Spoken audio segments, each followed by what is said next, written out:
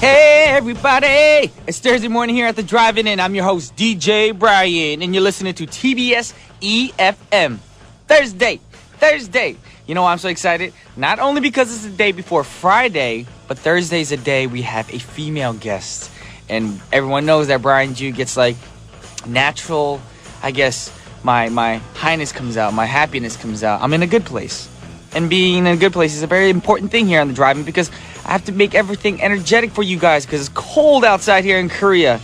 Anyways, I have a bit of perplexing movie news for you guys. Alright, you know the smartphone game, Angry Birds. I know everybody knows it. You play it all the time in the subway, in the bathroom, anytime you have to kill time. But did you know they're in the thoughts of making a movie out of this game? They're developing this game according to cinemablend.com. Producer Mr. John Cohen has signed onto the project, and we can expect to see a film released in the summer of 2016. And I know you're probably thinking this is weird. They're going to make a movie out of a video game, but that's no surprise. They've been doing that for the past 10 years now, I think. You know, with Street Fighter and all those games. And then the most recent one was Battleship. And I heard, I'm not sure of this yet, but I've heard they're going to actually make a Monopoly game. That's going to be exciting because that's one of my favorite board games of all time.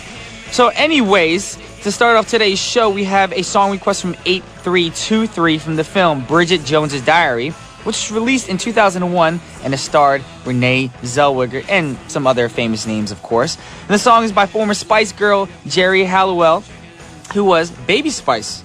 Remember her? The cute little blonde-haired lady? I loved her. Anyways, here's Baby Spice herself singing It's Raining Men from Bridget Jones's Diary. Check it out. Once again, that was Jerry Halliwell with It's Raining Men from the Bridget Jones's Diary original soundtrack, requested by 8323. And earlier I said Baby Spice, but I got my Spice Girls wrong. It's been too long. All right, so somebody on Twitter called me out on it. Yes, that was Ginger Spice. I'm sorry, not Baby Spice. Baby Spice was Emma Bunton. My bad. That happens. You know, too much information. There's too many girls. Could you imagine if I went to somebody in the UK and said, name all the Sonyashide girls? They couldn't do it. There's too many Spice Girls. Anyways, I want to let you guys know how to get in contact with us. This is The Drive-In on TBS efm 101.3. And all you got to do is simply call the studio at 02-778-1013 or send us a text for 51 charge at sharp 1013 or email us at efmdrivein@gmail.com or simply send us a tweet at efmdrivein. And make sure we send song requests from a movie or a TV show that actually played these songs. It can't be a random pop song or your favorite Christmas song or your favorite Brian Jew or Fly to the Sky track from back in the day. They have to be from a film. And right now, I'm going to read some Twitter comments for you guys. And we have some computer malfunctioning going on right now. So we're going to go into the scene of the day.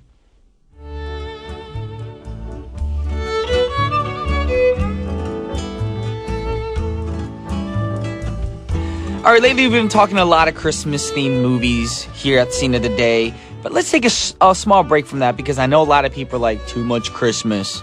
Christmas is just around the corner. So we won't do Christmas movies for now, but we'll do a winter scene. And the movie we'll talk about today is Star Wars Episode 5, The Empire Strikes Back. Yes, I'm trying to do different little accents. I don't know if it's working for y'all.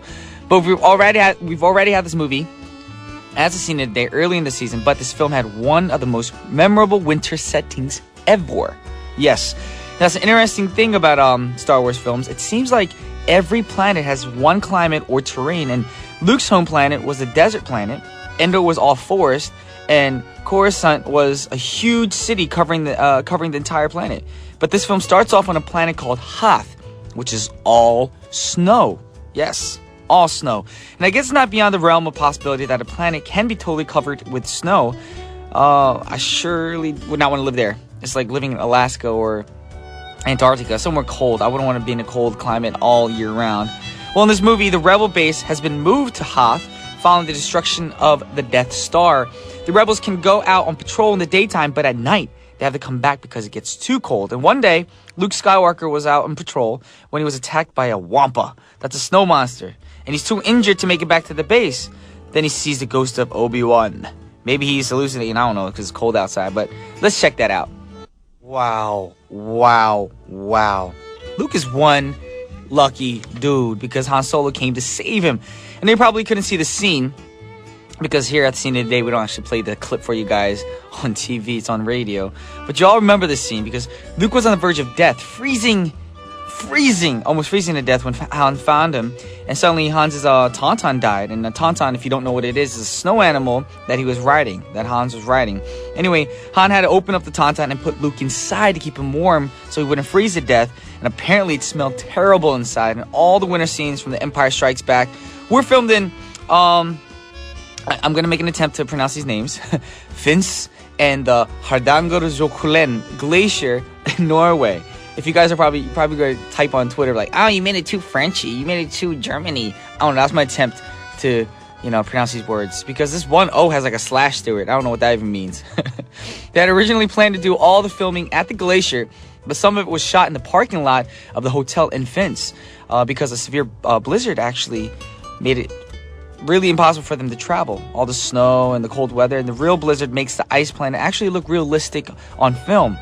Well, we've talked about the movie now, so we're going to play a song from the movie because I don't know if we played this before, but we're going to play it for you guys right now. And here's the Imperial March, Darth Vader's theme by John Williams. That was the Imperial March, Darth Vader's theme by John Williams. And I want to let you guys know what's coming up today on today's show. It's Thursday, which means Olivia will be here once again for another Cray Thursday. But I know what you're asking right now is, Brian, Olivia was here last week. Where's Christina? What happened to her? You got nothing to worry about. Christina's still alive. She's safe and sound. But she will be here one more time next week before she moves back to Hawaii. That means she's not going to be on our show anymore. Which means the show will be over because I'm going to move to Hawaii with her because it's beautiful out there. Jokes. All jokes. I can't move. I got to stay here for you guys. But Olivia is going to switch things up a bit. And today's movie is still kind of funny. It's also a little bit scary. Ooh. But stick around if you want to check out what she's going to talk about today. That's after intermission, so you got to stick around for that. Right now, I'm going to read some Twitter comments for you. I was going to read some earlier, but we had a computer funky dunk going on. But right now, it's working. So we got one from Ongni D. She said, good morning. Your opening song makes me can't sleep anymore. Ha ha ha. Want to dance now. Oh, go ahead. I'm sure Jerry Halliwell would love that for you to dance to her music. Now I'm dancing. We got one from, let's see. We have so many.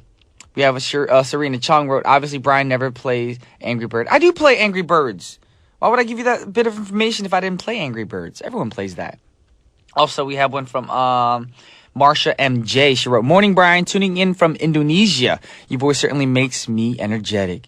Well, thank you very much for tuning in from Indonesia. I want to go back. That was so much fun last time I was there. Also one from May Ann, correcting you, got some inner nerd in your morning, Gert. What? Inner nerd? I have no nerd in me. Brian, good to hear you again. Thank you very much, May Ann. Right now, with no further ado, I got to go straight into the next request.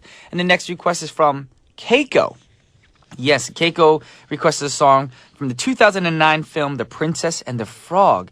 And this was an attempt by Disney to go back in school, to old school, back in time, animation style, after they had acquired Pixar. And they had initially announced that the traditional hand-drawn animation would not be continued at Disney. I think that was a bad decision because even though I love all the Pixar films, and there's something about the hand-drawn animation that keeps it, more legit and more old school, more, something, it attracts me more than all that, high-tech animation that's going on with computers and stuff these days. Well, someone at Disney also felt the same way as I do, and because in 2009 their decision was reversed, they decided to do this film. Yes, and the film is about a girl named Tiana and a frog prince that she kissed in the bayou near jazz-era New Orleans.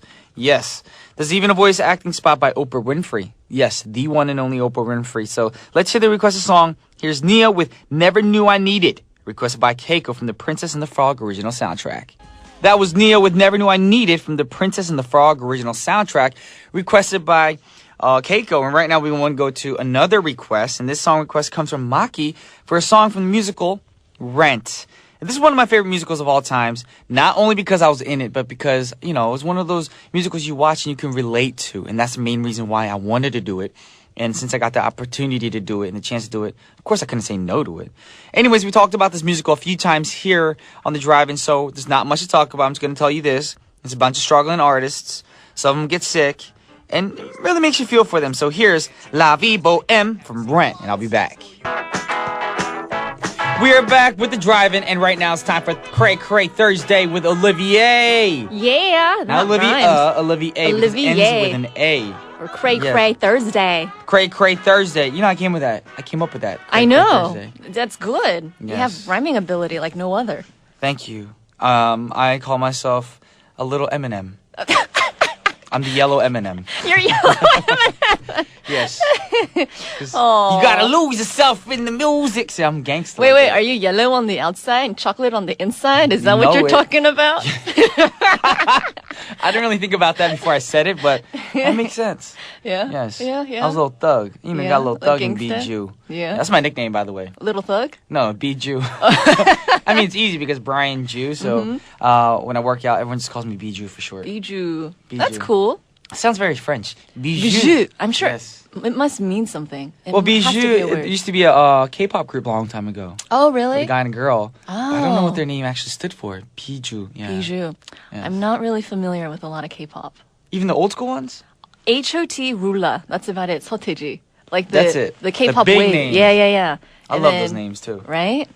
Okay. Okay. But right now we're not here to talk about K-pop. No. We're here to talk about. I gave him a hint earlier. Oh, did you? I said it's gonna be a funny movie, but with a little bit of a scary vibe. It's like a funny horror movie. Oh my gosh. Comedy. A what comedy? A black comedy. Because it's funny and scary. Sort of, and there's dark elements. Ooh. But it's wickedly funny. There's no other way to put it. Wickedly funny. Yeah. For kids, it might be rather frightening, but revisiting it as an adult, I was just laughing All right, my butt can I off. get 3 guesses?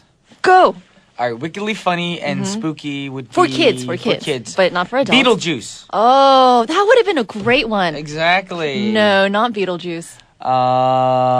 The Nightmare Before Christmas. I almost did that. No, Okay. not Nightmare Before.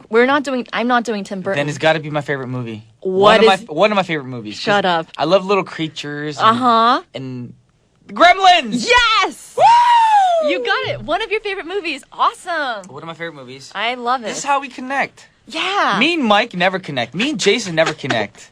Uh-oh. Yes. Mike is outside the studio right now. That's why I said it.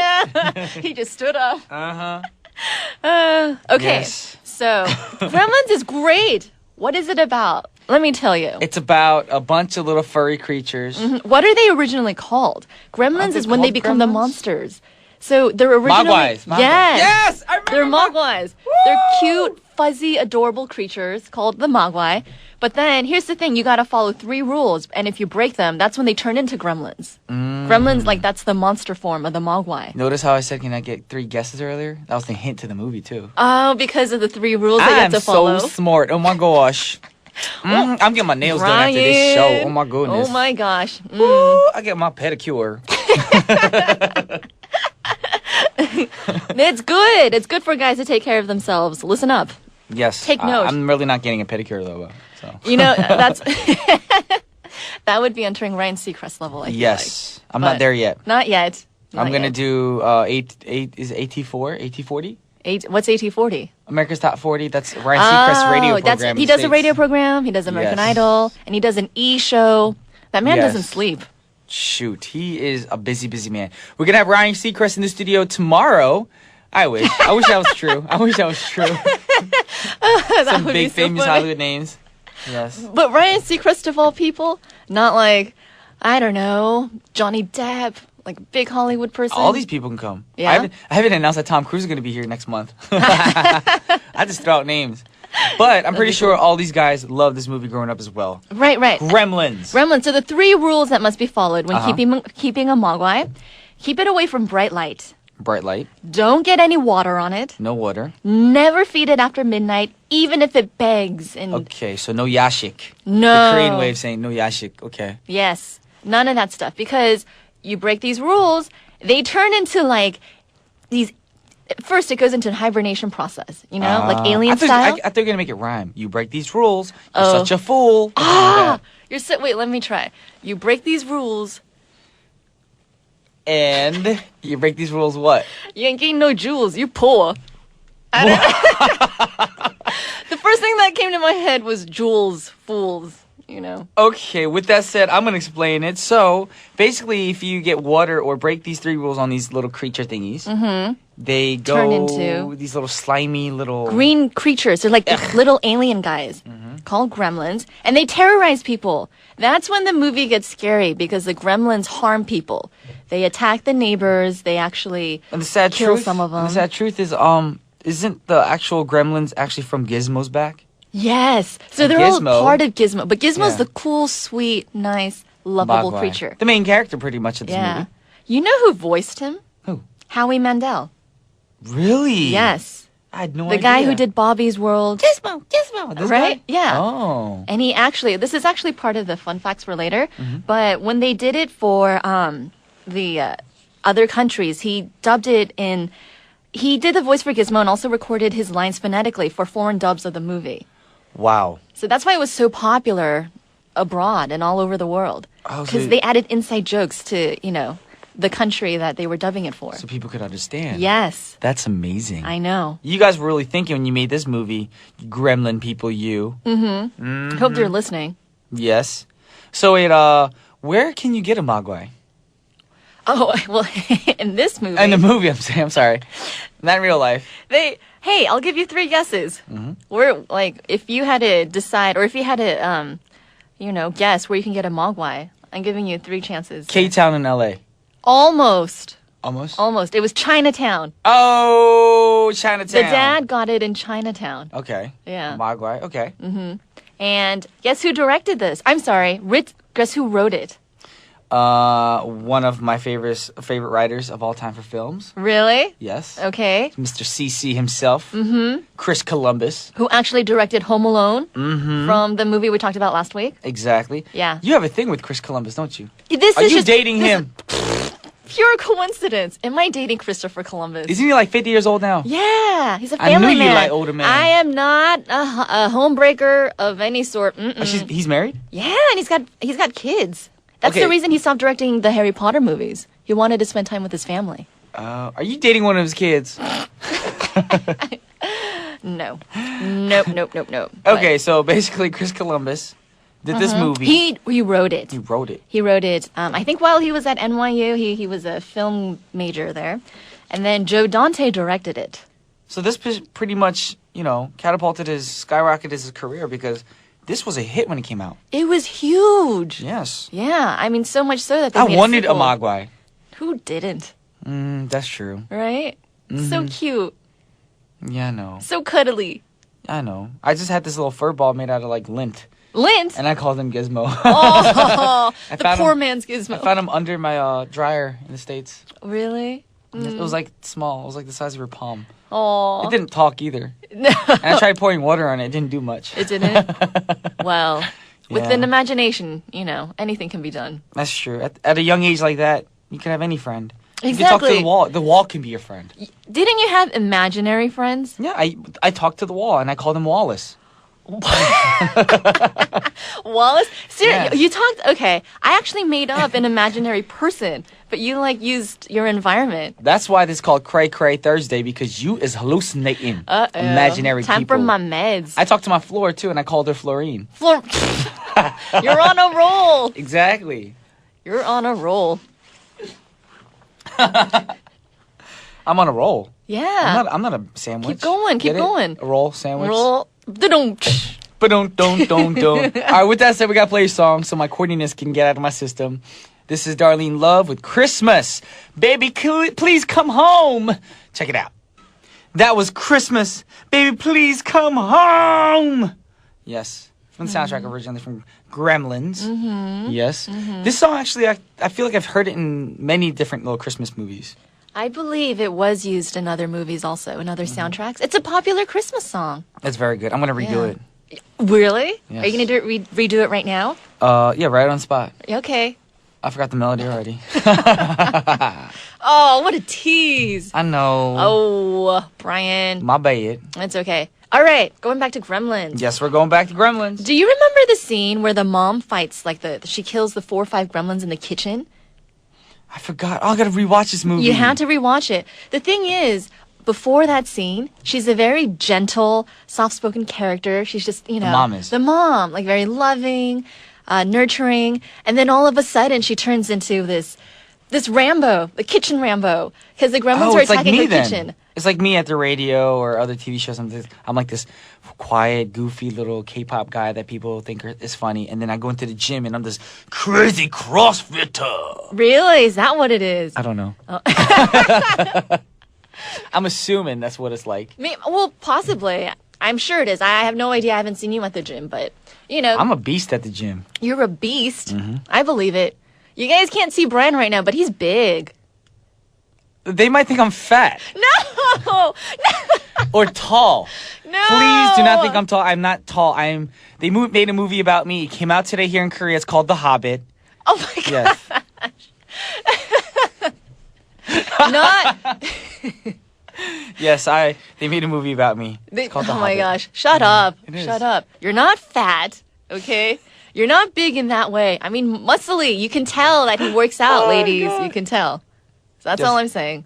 I have muscles. Muscles? I like to say muscles. Muscles. Yes. Okay. I'm So gonna get bigger. Don't worry. I'm just gonna get huge. I'm just but gonna destroy- not fat huge. Yeah, You know? muscular huge. Muscly huge. All right. Okay. So yeah, the scene where the mom just goes out and attacks and kills these gremlins, like she turns into this bad, mean, lean fighting machine, and it's awesome. Just It's because awesome. of the gremlins?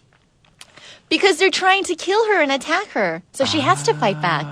It's She's got to retaliate. yeah. Exactly. It's now or never. It's like fight or die, pretty much. What about the dad? Did he do anything in this movie? The dad, he's the one who brought the gremlin. He's the inventor. He makes a lot of things, but they stop working after a few days. Okay. And he's actually at a convention or something. So he's away while this is So happening. he's not even around. No. And he's the one who brought the Mogwai in the first place. So Okay. he's like the person who actually started everything. Ah. But the dad's away, and, you know, the stars Phoebe Cates and Zach Galligan, who are really young and fun to watch. But the thing is, it gets really fun when the gremlins start attacking the town. And this is where it could get scary for little kids. I remember being very, very scared of the green little monsters attacking the people and, you know. So there's like a little kid version of like The Walking Dead or something. Quite Pretty possibly. much. Yeah. Because Walking Dead's a little bit too scary for kids. The Walking Dead, you should not be watching if you're under 10. Like, that show is If intense. you have adults, it's okay. It's adult, yeah, as adults, but you But know. with this movie as well, though, I feel like if you're too young, you shouldn't be watching it. You could have nightmares. You could definitely have nightmares. Yes. Yeah. I think I had a nightmare too when I was young when watching this movie. I probably did also. I mean, they're scary. If you're a 5-year-old and you see these little green monsters. And they look like aliens, kind of, if you think about Yeah. Yeah. Yeah. it. Creepy. Funny though. Okay. As in, you know. It was funny. There's some funny scenes in this movie. Yeah. I agree. Yeah, the bar scene where they're attacking Phoebe Cates because she's a bartender, and they're drunk because they're guzzling down the beer. You know? Oh, so these gremlins can get intoxicated. Okay. Yes, and so they start acting like drunk people. And there's one scene where he's wearing a trench coat. A gremlin's wearing a trench coat and sunglasses, and he just walks up to Phoebe Cates' character, and he like opens up his coat, like he's flashing her. But the thing is, I he remember that doesn't scene. have like organs, you know, He's to just like differentiate between a male. skinny little monster. That's what he is. Skinny little alien dude. Okay, well, speaking of skinny little alien dudes and everything, how would you evaluate this movie? Okay, let's see.